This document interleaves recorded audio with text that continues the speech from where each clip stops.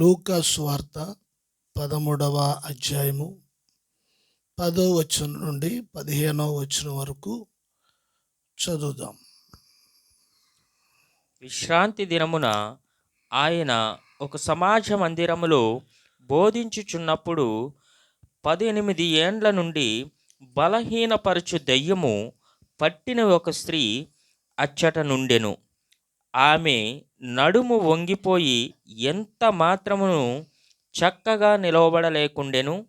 యేసు ఆమెను చూచి రమ్మని పిలిచి, అమ్మా, నీ బలహీనత నుండి విడుదల పొందియున్నావని ఆమెతో చెప్పి ఆమె మీద చేతులుంచగానే ఆమె చక్కగా నిలువబడి దేవుని మహిమపరిచెను.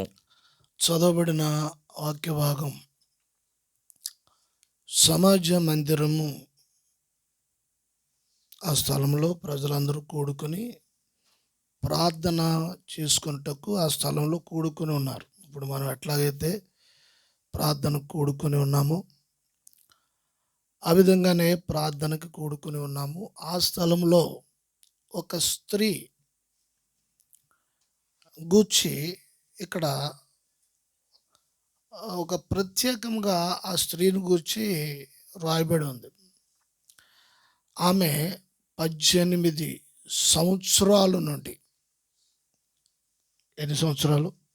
18 సంవత్సరాల నుండి ఆమె నడుము వంగిపోయి ఎంత మాత్రమును చక్కగా నిలవబడలేని స్థితిలో ఆమె ఉంది. స్తోత్రం, హల్లెలూయా. అయితే 18 సంవత్సరాలు ఆ స్థితిలో అలా ఉంటుండగానే ఆమె ప్రార్థనకి వస్తుంది, ఆమె వెళుతూ ఉంది. వాక్యంలో చూసినప్పుడు బలహీనపరచు దెయ్యము, అర్థమవుతుందా? ప్రార్థనకి ఆమె వస్తుంది, విశ్వాసంతో వస్తుంది. ప్రార్థన వాక్యం ఉంటుంది, ఆరాధనలో కూర్చుంటుంది. అయినను ఆమెను ఒక బలహీనపరచు దెయ్యము, బలహీనపరచు దెయ్యం పట్టి ఆమెను పీడిస్తుంది. ఆమె చక్కగా ఏమాత్రమును నిలవలేకుండా ఆమెను బాధ పెడుతుంది, ఇబ్బంది పెడుతుంది. గమనించాలి, ఈ స్త్రీ గురించి యేసు ప్రభువు ఆమెను గూర్చి మాట్లాడడం, ఆమెకున్న బలహీనతను గూర్చి మాట్లాడడం, ఆ బలహీనత నుండి ఆమె విడుదల పొందుకునే విషయాలు ప్రభు మాట్లాడుతూ ఉన్నారు. దేవుని స్తోత్రం కలుగునుగాక, హల్లెలూయా. చూడండి, ఈ 18 సంవత్సరాల నుండి మరి ఒక దెయ్యము ఆమెను పట్టి ఎంత మాత్రమును చక్కగా నిలబడకుండా, ఎలాగా చక్కగా నిలబడకుండా, బాగా గమనించాలి. దేవుడు మానవుణ్ణి సృజించినప్పుడు చక్కగా నిలబడేవానిగానే దేవుడు మానవుణ్ణి సృష్టించాడు. స్తోత్రం. ఏమాత్రము గూనోడుగాను, గుడ్డోడుగాను, లేకపోతే పిచ్చోడుగాను, లేదా బలహీనుడుగాను, నిలవలేని పరిస్థితిలో ఉన్నట్టుగాను దేవుడు చేయలేదు దేవుడు. మరి ఎందుకు ఈ పరిస్థితి అనేది మనం చూస్తే పౌలు సంఘంతో ఒక మాట చెప్తారు. చదువుదాము. 1 తిమోతి పత్రిక 2వ అధ్యాయము 14 వచనాలు. మరియు ఆదాము మోసపరచబడలేదు గాని స్త్రీ మోసపరచబడి అపరాధములో పడెను. చాలు. పౌలు ఈ సంఘానికి ఈ మాట ఉదాహరిస్తూ ఉన్నాడు. దేవుడు ఆదామును చాలా చక్కగా నిర్మించాడు. అయితే మరి ఆ ఆదామును మోసపరిచే విషయంలో సాతాను మోసపరచలేదు కానీ అవ్వను మోసపరిచింది అని వాక్యంలో చూస్తున్నాం. గమనించాలి. లూకా సువార్తలో లూకా ఈ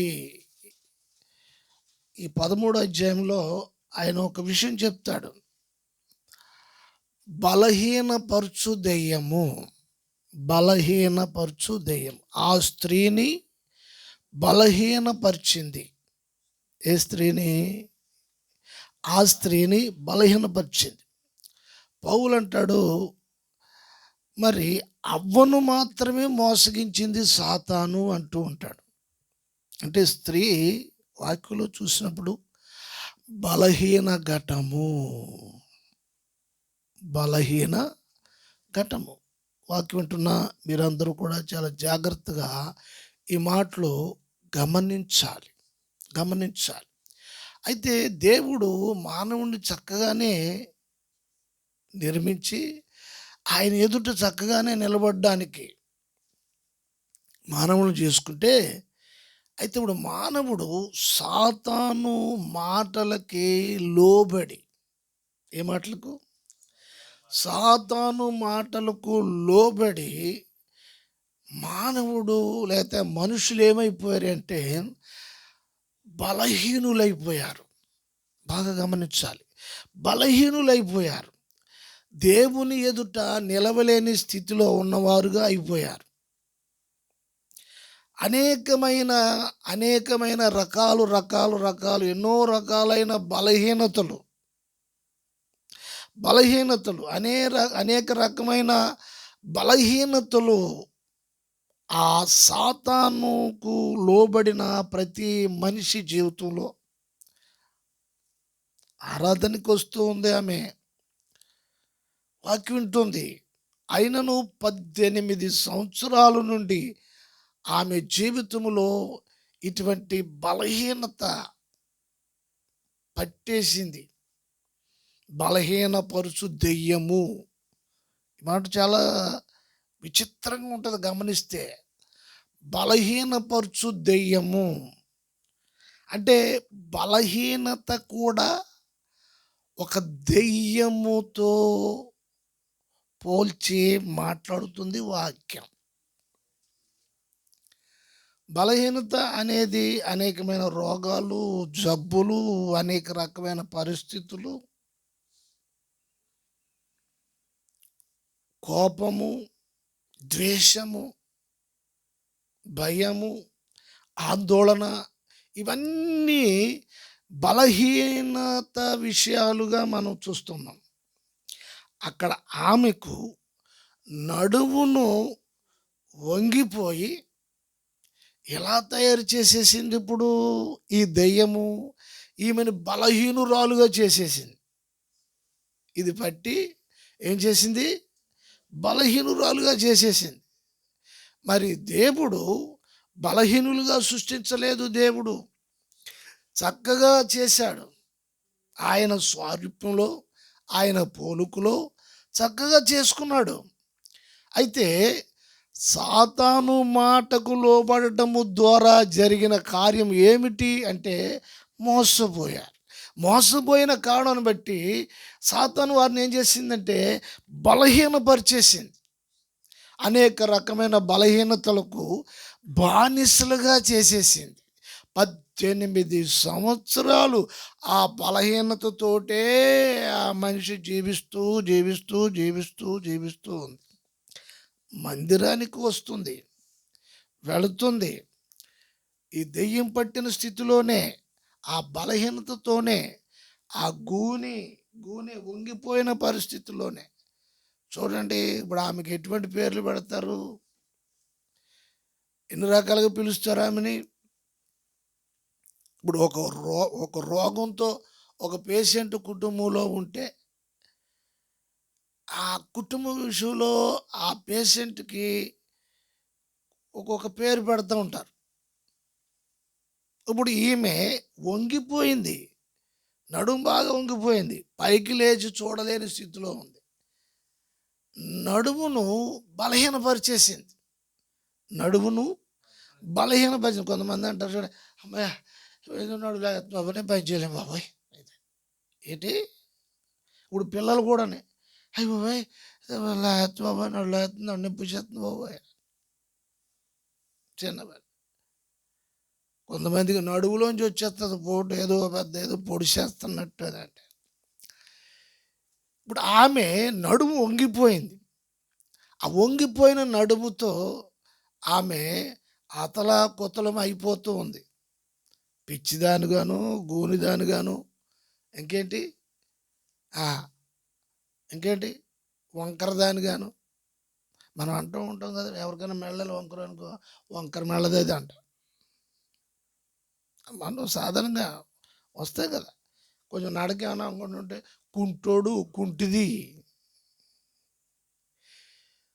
దేవుని బిడ్డలు ఇలాగ ఎదుటివారు బలహీనమైన స్థితిలో ఉన్న వారిని, ఆ వంకరదే, ఆ వంకరోడు, ఆ కుంటోడు, ఆ గూనోడు, ఆ గుడ్డోడు, ఇట్లాగా ఈ ఈ పదప్రయోగం మనం చేయకూడదు. దేవుని పిల్లలు ఎవరు కూడా. బహుశా ఈ ఈ 18 సంవత్సరాలు మానసికంగా ఈ పరిస్థితులన్నీ కూడా ఆమె అనుభవించుంటుంది. చూడండి, ఒక్కొక్క మనిషికి ఒక్కొక్క బలహీనత ఉంటుంది. ఒక్కొక్క మనిషికి ఒక్కొక్క రకమైన విధానాలు, పరిస్థితులు ఉంటాయి. దేవునికి స్తోత్రం, హల్లెలూయా.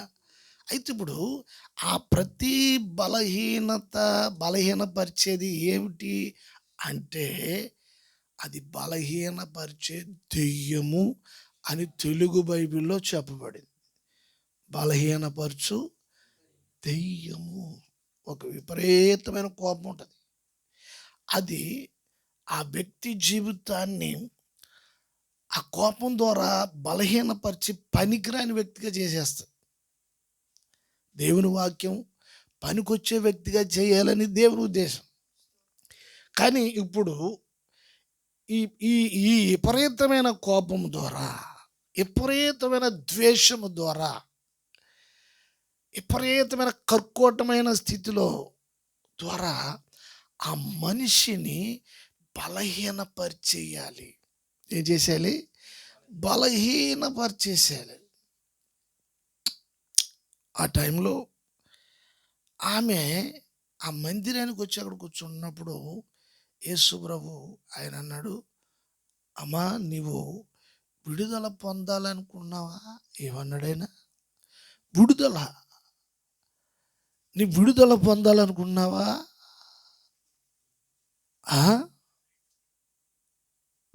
యేసు ఆమెను చూచి, చూడండి, యేసు ప్రభు గమనించాలి. మీరు అదే యాంగిల్లో ఉండండి. మీరు అట్లాగా చూడండి, ఇక్కడ గమనించాలి. యేసు ప్రభు ఆ సమాజ మందిరంలో చూడండి, చాలామంది ఉన్నారు, చాలామంది వచ్చారు, చాలామంది ప్రార్థిస్తున్నారు.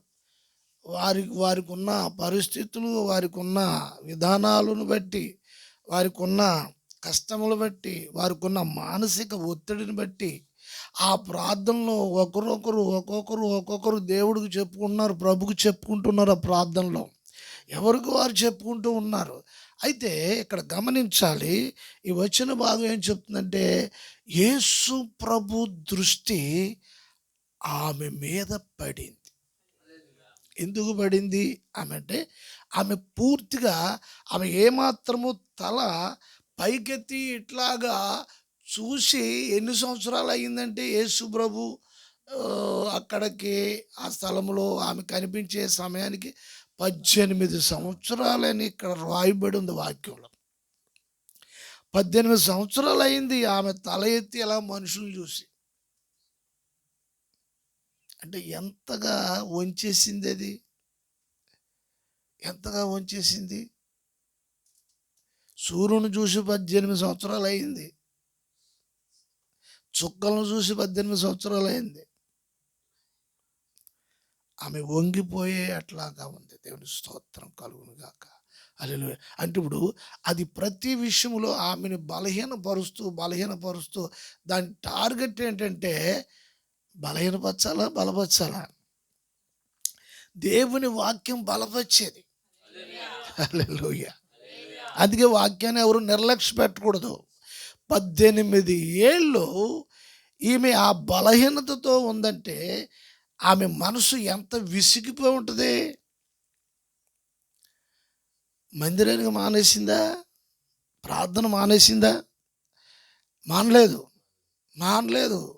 వస్తానే ఉంది, వెళ్తానే ఉంది. అవేం ప్రభు విషయంలో ఏమి మానలేదు. ఆమె ప్రార్థన విషయంలో మానలేదు. ఏం వెళ్తావులే, ఎన్నిసార్లు వెళ్ళినా కూడా నా నడుము ఇలాగ ఉంది కదా, నా బ్రతుకు ఇలాగ ఉంది కదా, ఏంలే అని అనుకోవట్లేదు. దేవుని స్తోత్రం. ఆమెకున్న ఆమె గురించి వాక్యంలో ఒక మాట రాయబడి ఉంది. దేవుని స్తోత్రం. చదువుతారా? 15-16. అందుకు ప్రభువు, ఆ, వేషధారులారా, ఉమ్, మీలో ఉమ్, ప్రతి వాడును ఉమ్, విశ్రాంతి దినమున ఉమ్, తన ఎద్దునైనను ఉమ్, గాడిదనైనను ఉమ్, గాడి యొద్ద నుండి విప్పి ఉమ్, తోలుకొని పోయి నీళ్లు పెట్టును గదా.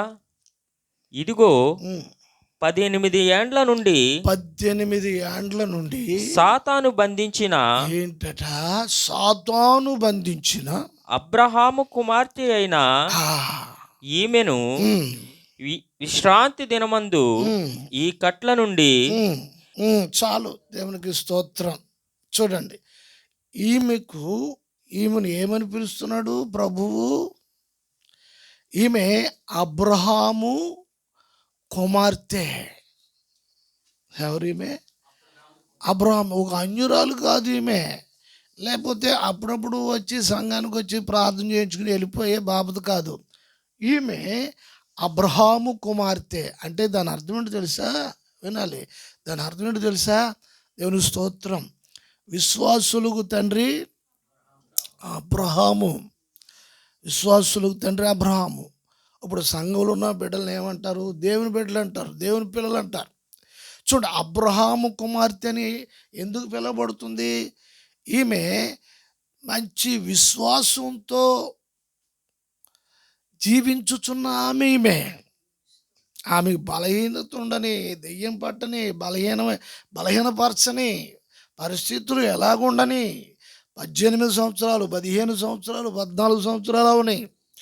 ఎన్ని సంవత్సరాలు అయినను సాతాను అదేం చేసింది? కట్లు కట్టేసిందంట ఈమెకి. ఏం కట్టేసింది? నడుము వంగిపోయి మొఖం తల ఇలా ఎత్తకుండా చేసేసింది. ప్రభు అక్కడ ఆమె గురించి మాట్లాడుతున్నాడు. ఈమె అబ్రహాము కుమార్తె. 15 వచనం. ఈమె అబ్రహాము కుమార్తె. అంతేనా? 14 వచనమా? 16 వచనం చదవండి. ఇదిగో 18 ఏండ్ల నుండి సాతాను బంధించిన అబ్రహాము కుమార్తె అయిన ఈమెను విశ్రాంతి దినమునందు ఈ కట్ల నుండి విడిపింపదగదా. దేవునికి స్తోత్రం. ఆవిడ విడుదల పొందుతూ అక్కడ విశ్రాంతి దినమని ఏ పని చేయకూడదని శాసనాలు, చట్టాలు ఉన్నాయి. శాసనాలు మాట్లాడే వాళ్ళు చాలామంది ఉన్నారు అక్కడ. ఏంటయ్యా నువ్వు విశ్రాంతి దినమున ఏంటి పనులేంటి, నువ్వు ఈ స్వస్థత బాగు చేయటం ఈ కార్యక్రమం ఏమిటి అని అడుగుతున్నారు ప్రభుని మంచి చేసినందుకు. అప్పుడు ఆమె గురించి చెప్తున్నాడు ఆయన. సాతాను 18 సంవత్సరాల నుంచి కట్టేసింది. 18 సంవత్సరాల నుండి. అబ్రహాము కుమార్తె అంటే మంచి విశ్వాసంతో ఉండి కూడా సాతాను కట్టలతో కట్టేటివేమిటి? ప్రభు చెప్తున్నారు ఆమె గురించి. ఈమె సాతాను కట్టలతో కట్టేసి, ఈమె బలహీనపరిచేసి, ఈమె పనికి రాకుండా చేసేసి, పిచ్చిదానిలాగా, ఎందుకు పనికిరాని దానిలాగా చేసేసిన నడువంగిపోయి బలహీనమైపోయిన ఆమె విశ్వాసంతో విశ్వాసంతో, దేవునికి స్తోత్రము కలుగునుగా, విశ్వాసంతో ఆమె వస్తూనే ఉంది. విశ్వాసంతో వస్తుంది కనుకనే యేసు ప్రభు దృష్టి ఆమె మీద పడింది. ఏంటి 5 సంవత్సరాలకే బాగు చేయొచ్చు కదా, లేదా ఆ మొదటి సంవత్సరంలోనే బాగు చేసేయచ్చు కదా, 18 సంవత్సరాల వరకు ఇంత వెయిటింగ్ చేయాలా?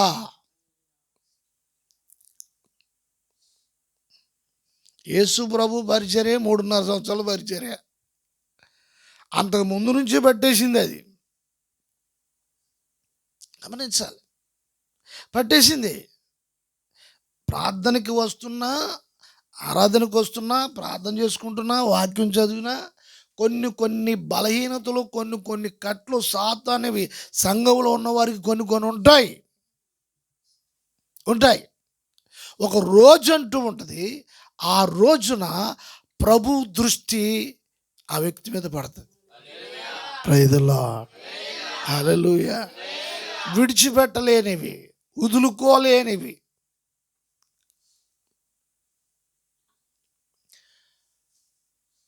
కట్లతో కట్టేసింది. ఆ కట్లు ఎప్పడం తగదా? ఆ మంచి కార్యం జరగడం తగదా? గమనించాలి. దేవుని స్తోత్రం. మందిరానికి వస్తున్నా, ఆరాధనకు వస్తున్నా, సాతాను ఏ విషయాల్లో నిన్ను కట్టింది, ఏ విషయాల్లో బలహీనపరిచింది, ఏ విషయాల్లో నిన్ను లొంగ తీసుకుంది, ఏ విషయాల్లో నిన్ను లొంగ తీసుకుంది, ఏ విషయాల్లో నిన్ను బలహీనురాలుగా చేసేసింది. విశ్వాసం ఉంది. విశ్వాసులకు తండ్రి అబ్రాహాము బిడ్డలే, అబ్రాహాము కుమార్తె అని పిలువబడుతుంది. యేసు ప్రభు బిడ్డలని పిలువబడుతున్నాం, సంఘ బిడ్డలని పిలువబడుతున్నాం, దేవుని పిల్లలని పిలువబడుతున్నాం. అయితే ఇటువంటి పరిస్థితుల్లో ఉన్నప్పటికీ కూడా సాతాను నీ జీవితంలో తెలియకుండా నీలో ఏదో ఒక బలహీనతను పెట్టి, దాని పేరు దెయ్యం. ఎవరు గుర్తిస్తారు ఈ మాట? ఎవరు గుర్తిస్తారు?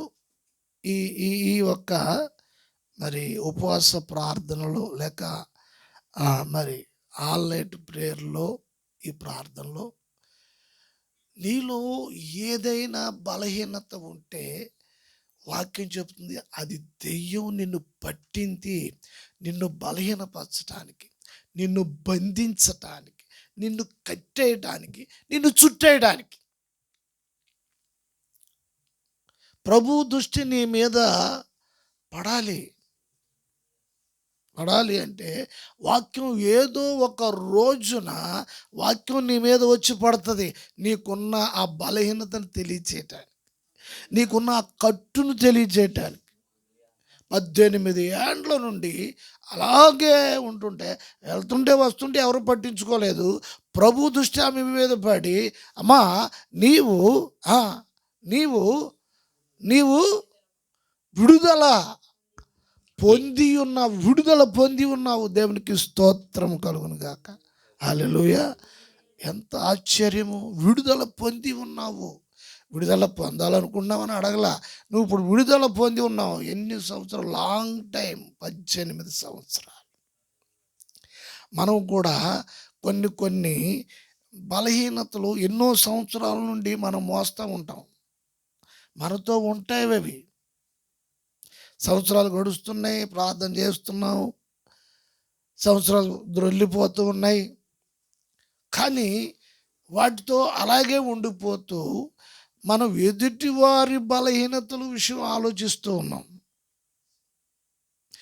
ఎదుటివారి కట్ల గురించి ఆలోచిస్తూ ఉన్నాం, ఎదుటివారిని బలహీనపరిచే స్థితుల గురించి మనం ఆలోచిస్తున్నాం. చూడండి, గమనించాలి. ఈ వచన భాగం అనేది చాలా ప్రాముఖ్యమైనది. ప్రభు ఆమెను పిలిచాడు. ఏమని పిలిచాడు? యేసు ఆమెను చూచి రమ్మని పిలిచి. అది బాగా మీరు పాయింట్అవుట్ చేయాలండి ఈ మాటలన్నీ కూడా. ఏంటి? ఆయన రమ్మని పిలిచాడు. అక్కడ చాలామంది ఉన్నారు, అక్కడ ఉన్నవాళ్ళు చాలామంది, ప్రార్థనలో చాలామంది ఉన్నారు, సమాజంగా కూడుకునే వాళ్ళు చాలామంది ఉన్నారు.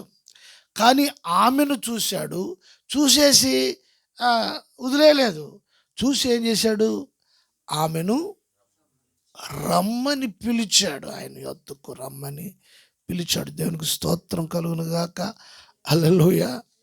రమ్మని పిలిచాడు. అందరూ చూస్తుండగా పిలిచాడు. అమ్మా, అందరూ ఆ మాట విన్నారు. అమ్మా, నీ బలహీనత నుండి విడుదల పొంది ఉన్నావని. పిలిచాడు. పిలిచింది దేనికి? పిలిచింది ఎందుకు? వాక్యం మాట్లాడేది ఎందుకు? నీకున్న బలహీనత నుండి నువ్వు విడుదల పొందడానికి.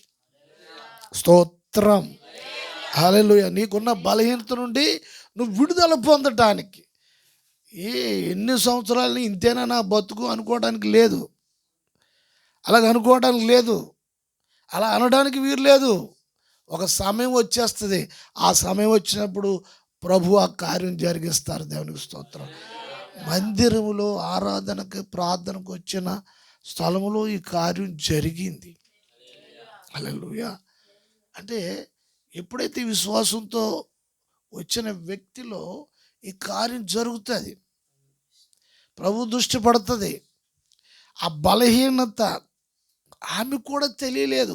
ఇది సాతాను బలహీనత అని, ఇది సాతాను కట్టేసిందని, ఇది ఇది బలహీనపరిచే దెయ్యం అని ఆమె కూడా తెలియదు. కొన్ని సందర్భాల్లో ఒక్కొక్కరికి తెలియదు. నేను ఈ బలహీనత ద్వారా నేను పట్టి ఉన్నాను, నన్ను పట్టి పీడిస్తుంది, ఈ విషయాలు నన్ను శోధిస్తున్నాయి, ఈ విషయాలు నన్ను బాధిస్తున్నాయి, ఈ విషయాలు నన్ను పడగొట్టడానికి చూస్తున్నాయి. ప్రభు శక్తి పొందడానికి, ప్రభువును దూరం చేయడానికి ఇవన్నీ సంఘంలోనికి మనం పిలువబడ్డాం. క్రీస్తు రక్తం ద్వారా కడగబడ్డాం. సంఘంగా సమాజంగా కూడుకుంటున్నాం, ప్రార్థన చేస్తున్నాం. అమ్మా అని ఆయన పిలిచాడు. నువ్వు విడుదల పొందేవమ్మా. దేవునికి స్తోత్రం. పబ్లిక్ అందరూ చూస్తుండగా ఈ కార్యం జరిగింది. మత్తయి సువార్త 10:33 మనుషుల ఎదుట ఎవడు నన్ను ఎరుగనను వానిని పరలోకమందున్న నా తండ్రి ఎదుట నేనును ఎరుగనందును.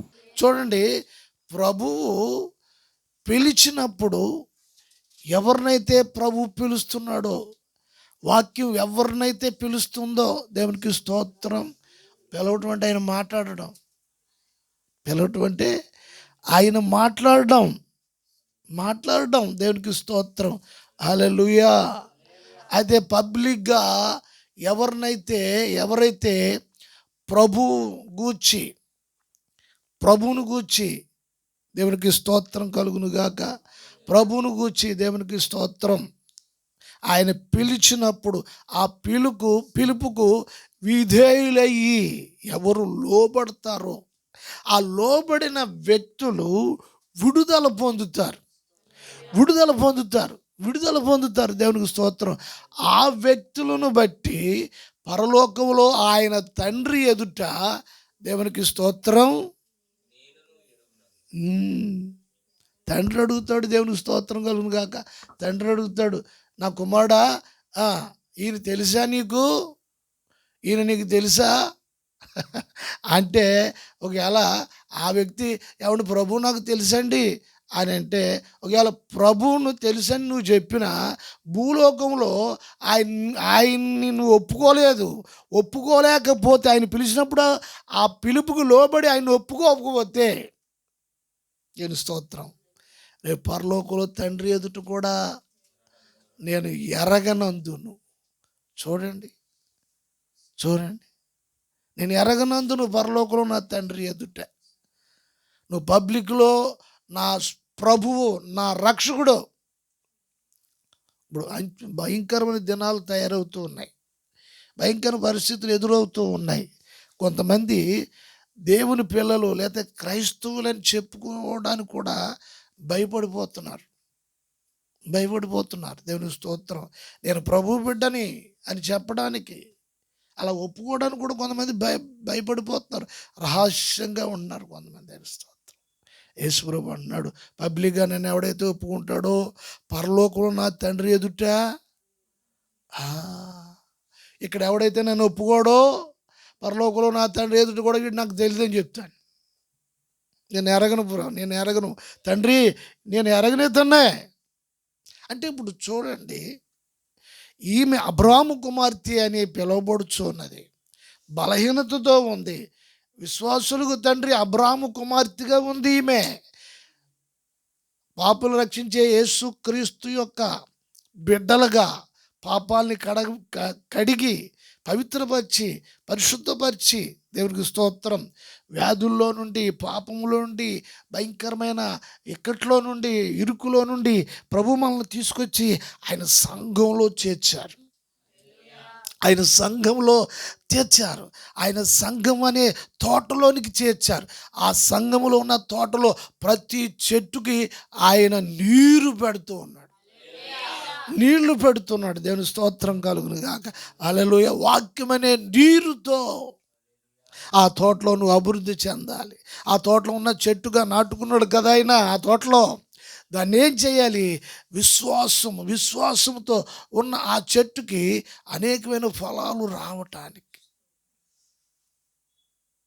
ఆ సంఘాన్ని, ఆ తోటను నీరు కట్టే ఆ తోటగా ఆయన చేసుకుని కాల సమయాలలో ఆయన వాక్యాన్ని ఇస్తూ, ఉపదేశం ఇస్తూ, నీకు అనేకమైన పరసంబంధమైన సంగతులను నీకు బయలుపరుస్తూ, నీకు హెచ్చరిస్తూ, బుద్ధి చెప్పుచు, ఆదరిస్తూ, బలపరుస్తూ, ఇదంతా చేసే కారణం ఏమిటి?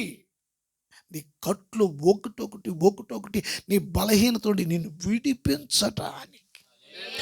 విడిపించటానికి బలహీనులుగా ఉండి ఆ బలహీనతలో నీవు చావాలని కాదు, నిన్ను విడిచిపెట్టాలని ఎంత మాత్రం కాదు.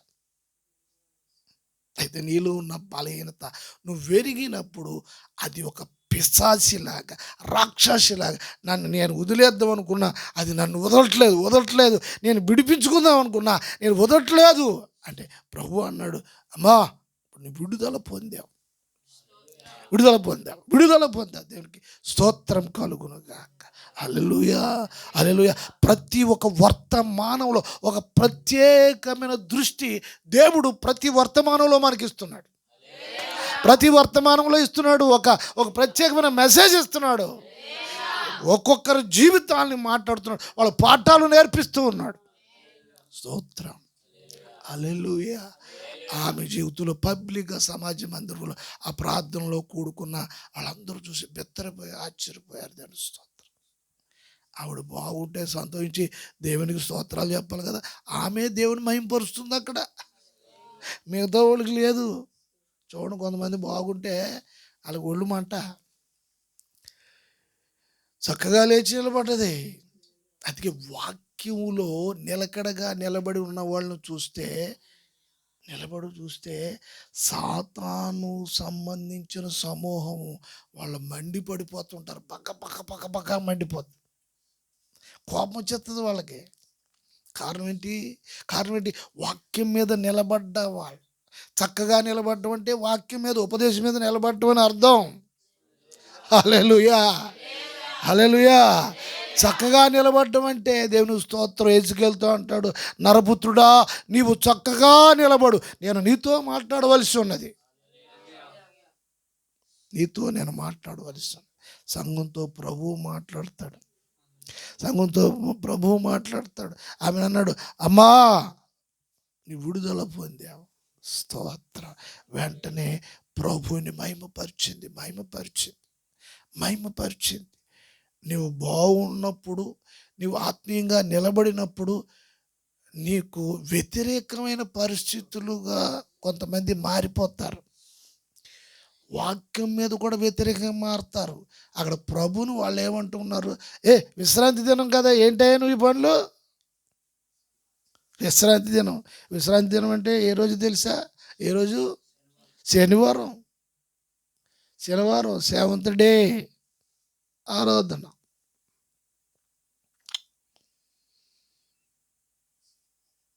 ఏంటి? ముడి చేయకూడదు. మంచిదా చెడ్డదా? ఆ మనిషి చక్కగా లేచి నిలబడింది. ప్రభువును స్తుతిస్తుంది, మహిమపరుస్తుంది. వీళ్ళందరికీ ఎలా ఉంది ఇప్పుడు? ఈ బ్యాచ్‌కి అంతా ఎలా ఉంది? ప్రభు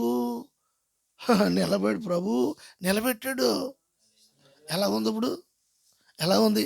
నువ్వు నిలబడితే నిన్నేం పొగిడి సన్మానాలు చేయరు వాక్యం మీద నిలబడితే.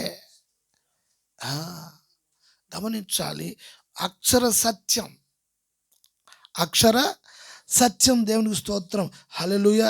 అయితే లోకంలో అనేకులు ఎదుట ప్రభు కొరకు నువ్వు సాక్షిగా నిలబడాలి. అనేకులు ఎదుట నీ ప్రభు గూర్చి నువ్వు సాక్షిగా నిలబడాలి. అనేకులు ఎదుట నీ ప్రభువుని గూర్చి నువ్వు ఒప్పుకోవాలి. అనేకులు ఎదుట నా ప్రభు, అనేకులు ఎదుట నా ప్రభు అని ఒప్పుకోవాలి. దేవుని స్తోత్రం కలుగును గాక. ఆయన అంటున్నాడు, పరలోకంలో నా తండ్రి ఎదుట, ఎవడైతే భూలోకంలో మనుషులు ఎదుట నా ఎదుట ఒప్పుకున్నాడో, పరలోకంలో వానిని నా తండ్రి ఎదుట నేను ఒప్పుకుంటాను. ఒకవేళ ఎవడైతే ఒప్పుకోడో వాడిని నేను ఎరగనని చెప్తాను. స్తోత్రం. హల్లెలూయా. ఆ హృదయంలో ఉండాలి కానీ భక్తి బయట బోర్డు కొట్టుకోవాలా, అందరూ చెప్పాలా, తెలియజేయాలా, ఇది ఇలాగ మాట్లాడే కొంచెం యుక్తి పరులు ఉంటారు, లౌకికము కలిగిన వారు. దేవుని స్తోత్రం. కొంతమంది లౌకికవాదులు ఉంటారు కదా. హల్లెలూయా. దేవుడు హృదయాన్ని చూస్తాడు కానీ పైన చూస్తాడా అని. పైన చూస్తాడు, హృదయాన్ని చూస్తాడు. దేవుని స్తోత్రం. మనుషులు పైనే చూస్తారు కానీ దేవుడు పైన చూస్తాడు, హృదయాన్ని కూడా చూస్తాడు. అందుకే దేవుని స్తోత్రం కలుగును గాక. అదే లూకా సువార్తలో మరొక మాట కూడా మనం చదువుదాం. చదవండి. లూకా సువార్త 12వ వచనం చదవండి. 12, 13. యేసు ఆమెను చూచి రమ్మని పిలిచి, అమ్మా, నీ బలహీనత నుండి విడుదల పొంది ఉన్నావని ఆమె. నీ బలహీనత ఆయన చూచాడు. నీ బలహీనత అంటే ఆమె ఏమైనా చెప్పిందా? ఈ బలహీనతతో నేను బాధపడుతున్నానని. సాతాను ఒక్కొక్కరి జీవితంలో అది ఏ విధంగా బంధించిందో, ఏ విధమైన బలహీనతలో నిన్ను పెట్టేసిందో నీకు తెలీదు. అందుకే ప్రభు అన్నాడు, అమ్మా, నీ బలహీనత నుండి, అమ్మా, నీ బలహీనత నుండి విడుదల పొంది ఉన్నావని. అది విడుదల పొంది ఉన్నావు. విడుదల పొందిన అందరు దేవుని స్తోత్రం చెప్పండి. హల్లెలూయా. నీలో ఉన్న బలహీనత నుండి కూడా నీవు విడుదల పొందాలి అనే ఆలోచన నీకు రావాలి. అప్పుడు ఆమెకు అర్థమైంది. దేవుని స్తోత్రం. 18 సంవత్సరాల నుంచి నన్ను పట్టింది దెయ్యమా? నేను 18 సంవత్సరాలు నేను దెయ్యంతో కలిసి ఉన్నానా? ఏంటి ఆ దెయ్యం పట్టింది అలా చూస్తాం ఏంటి? అలాగా తనకు తెలియట్లేదు పట్టింది దెయ్యమని. దెయ్యం పట్టింది అలా చూస్తాం ఏంటి? అలాగా కొల్లరు చేసి తనకు తెలియలేదు 18 సంవత్సరాలు దెయ్యంతో ఉన్నానా నేను. విశ్వాసం ఉంది,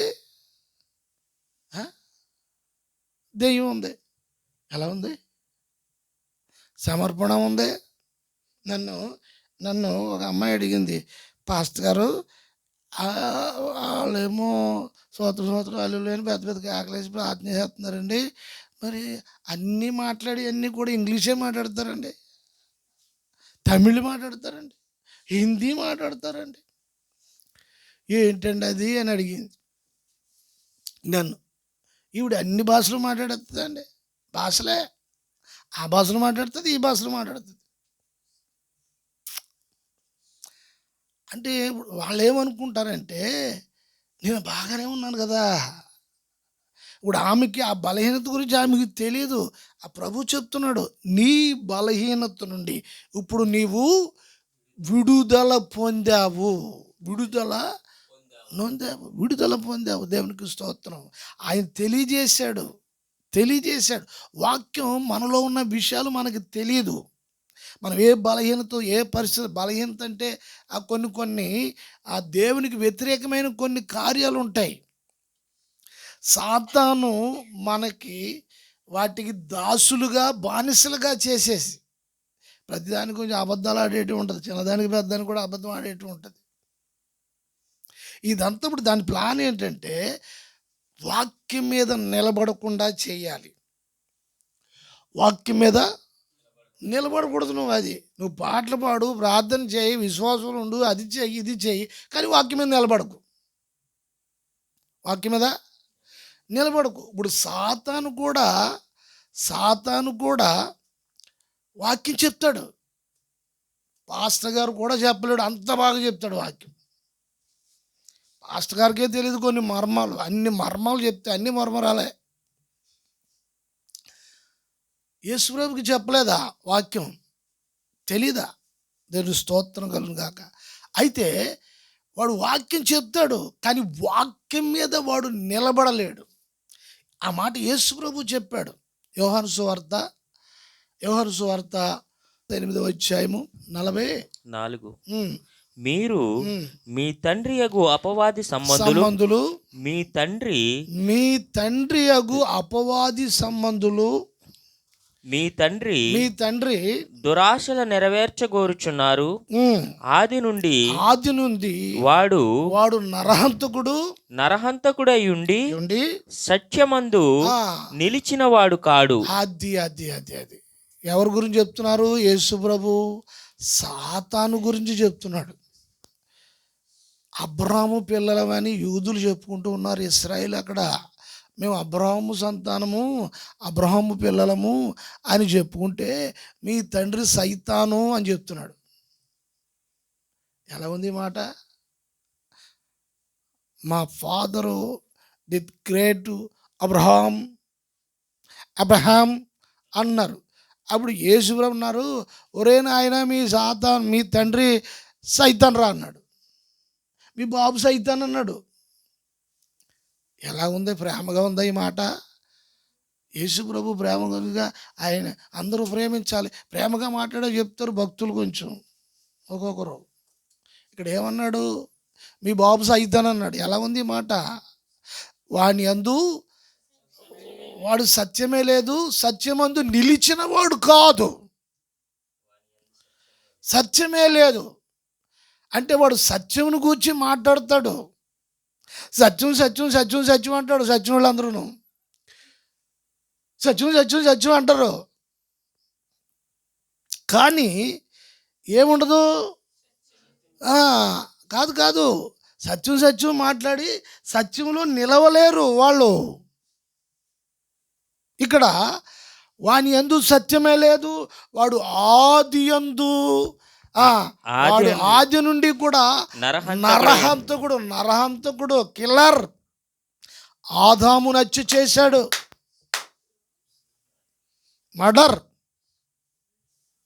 చంపేశాడు. ఆదాములో ఉన్న ఆత్మను చంపేశాడు. యేసుప్రభు అన్నాడు, ఆది నుండి నరహంతకుడాడు, హంతకుడు అన్నాడు. ఎవడు? ఆడు హంతకుడు. వాడు ఎందుకు సత్యమే లేదు, సత్యం అంటాడు. నేను సత్యమే, మేము చెప్పేది సత్యమే, మేము కూడా సత్యమే, నేను సత్యమే, అంతా సత్యమే, మొత్తం చచ్చిపోద్ది అంతా. అక్కడ జీవమే ఉండదు, అక్కడ ఆరాధనలో జీవం ఉండదు, ప్రార్థనలో జీవం ఉండదు, జీవితంలో జీవం ఉండదు. కనీసం కుటుంబ ప్రార్థనలో అయినా సరే జీవం ఉండాలి. దేవునికి స్తోత్రము కలుగును. అబ్రహాము సంతానము మేము దేవుని పిల్లలం అని చెప్పుకుంటున్నా యూదులను గురించి యేసు ప్రభు కడాఖండిగా మాట్లాడుతున్నాడు. దేవునికి స్తోత్రము కలుగును గాక.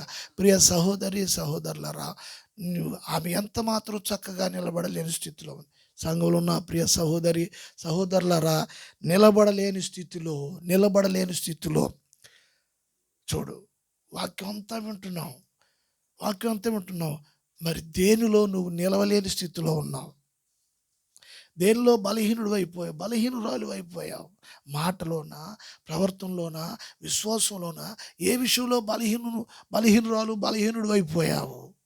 అటువంటి విషయంలో ఈ వాక్యం మాట్లాడుతున్న సమయంలో అటువంటి పరిస్థితి నుండి ప్రభువు నిన్ను విడిపించగలడు. హల్లెలూయా. అప్పుడు నీ జీవితము ఆయనకి మహిమకరంగా ఉంటుంది. ప్రతి విషయంలో ఆయన్ని మహిమపరుస్తూ నీ జీవితం మహిమకరంగా ఉంటున్న సమయంలో హల్లెలూయా హల్లెలూయా ఆయనకి ఘనతకరంగా ఉండే సమయంలో అనేకులకు సాతాను పిల్లలకి ఒళ్ళంతా మంటగానే ఉంటుంది. ప్రియ సహోదరి సహోదరులరా, మీరు మీ జీవితాలు ప్రభువులో చక్కగా ఉండాలని ప్రభు కోరుకుంటున్నాడు. ఈ మాటలు దేవుడు దీవించునుగాక. ఆమేన్.